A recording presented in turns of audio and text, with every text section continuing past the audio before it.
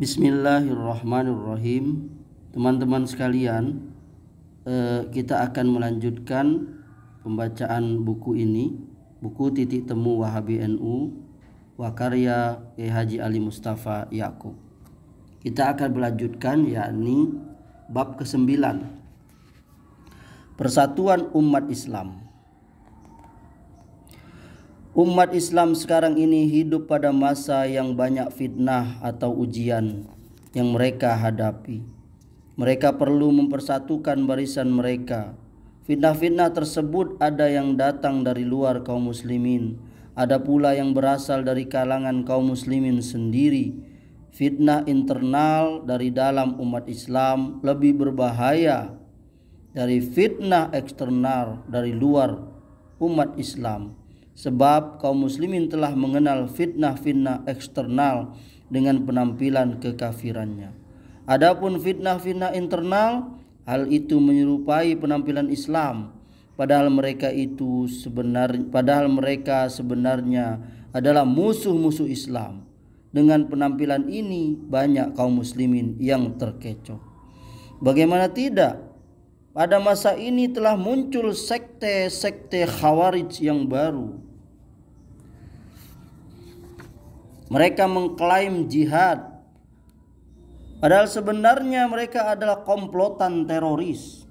Mereka mengkafirkan para pemimpin umat Islam dengan dalih bahwa para pemimpin itu tidak memberlakukan hukum yang telah diturunkan oleh Allah. Sebagaimana muncul pula sekte-sekte yang sesat, mengaku mencintai Ahlul Bait, keluarga dan keturunan Nabi SAW. Namun pada saat yang sama mereka mencaci makinya, bahkan mengafirkan para sahabat Nabi SAW radhiyallahu anhum. Demikian pula muncul kelompok liberal yang mengatasnamakan dirinya Islam, padahal bukan Islam. Mereka mengampanyekan pluralisme agama dan berpendapat bahwa semua pemeluk agama akan masuk surga. Semuanya itu masuk ke dunia Islam di bawah payung demokrasi dan hak asasi manusia. Itulah fitnah-fitnah yang disabdakan oleh Rasulullah dalam hadis sahihnya sebagai dai-dai neraka jahanam. Ketika seorang sahabat yang agung, Hudzaifah ibnul Yaman radhiyallahu anhu bertanya kepada Nabi SAW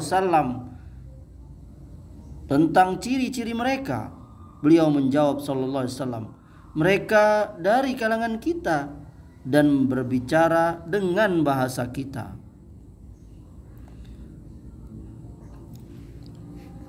Para ulama mengatakan bahwa dai-dai neraka jahanam tersebut secara zahir adalah orang Islam, sebab makna al-jildah adalah az-zahir atau penampilan.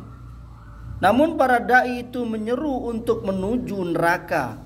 Ketika sahabat Hudzaifah bin Yaman bertanya kepada Rasulullah SAW mengenai sikap apa yang harus ia lakukan bila berhadapan dengan mereka, beliau SAW bersabda, kamu harus mengikuti jamaah umat Islam dan pemimpin mereka. Sahih Bukhari nomor 3411. Inilah makna perintah untuk mempersatukan barisan kaum muslimin. Tidak diragukan bahwa umat Islam sekarang sangat memerlukan persatuan tersebut. Allah Subhanahu wa taala telah berfirman, wa'tasimu bihablillahi jami'a wa la tafarraqu. Dan berpegang teguhlah kamu semuanya pada tali agama Allah dan janganlah kamu bercerai-berai. Surah Al-Imran ayat 103.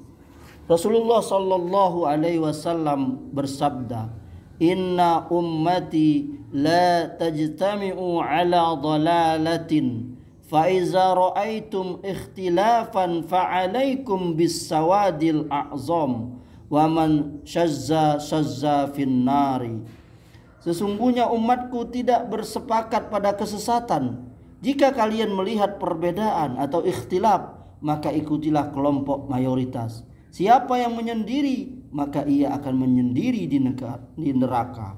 Sunan Tirmizi juz 4 halaman 204. Persatuan umat Islam tidak akan terwujud kecuali dengan kembali kepada Allah Subhanahu wa taala yang telah memerintahkan mereka untuk berpegang teguh kepada agamanya dan menghindari perpecahan, serta dengan kembali kepada Rasulullah sallallahu alaihi wasallam yang menyuruh mereka untuk mengikuti kelompok mayoritas saat ada perbedaan pendapat dan menghindari sikap menyendiri, kemudian berpegang pada titik-titik persamaan yang mempersatukan mereka.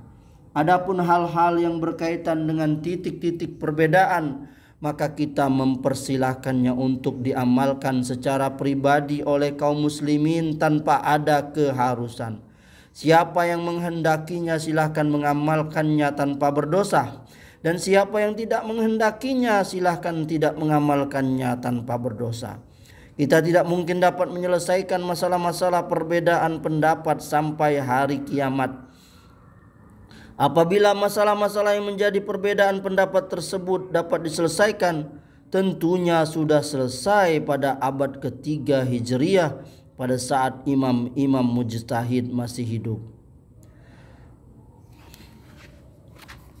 Sungguh baik Raja Abdul Aziz Al-Saud rahimahullah, Raja Kerajaan Saudi Arabia, saat Allah memberi petunjuk kepada beliau untuk mempersatukan barisan umat Islam.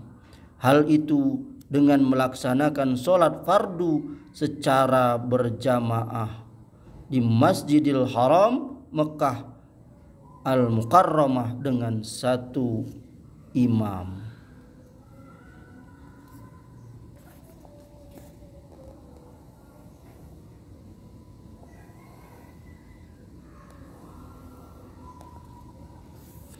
Sementara makmumnya yang terdiri dari pengikut berbagai macam mazhab fikih yang berbeda melakukan sholat di belakangnya.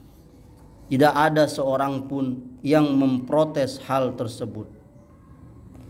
Kebijakan ini mengacu pada ijma atau konsensus para sahabat yang melakukan sholat di belakang satu orang imam. Padahal pendapat-pendapat mereka secara fikih berbeda-beda. Sebelum itu, sholat di sana dilakukan sebanyak 4 kali sesuai perbedaan mazhab fikih 4 imam.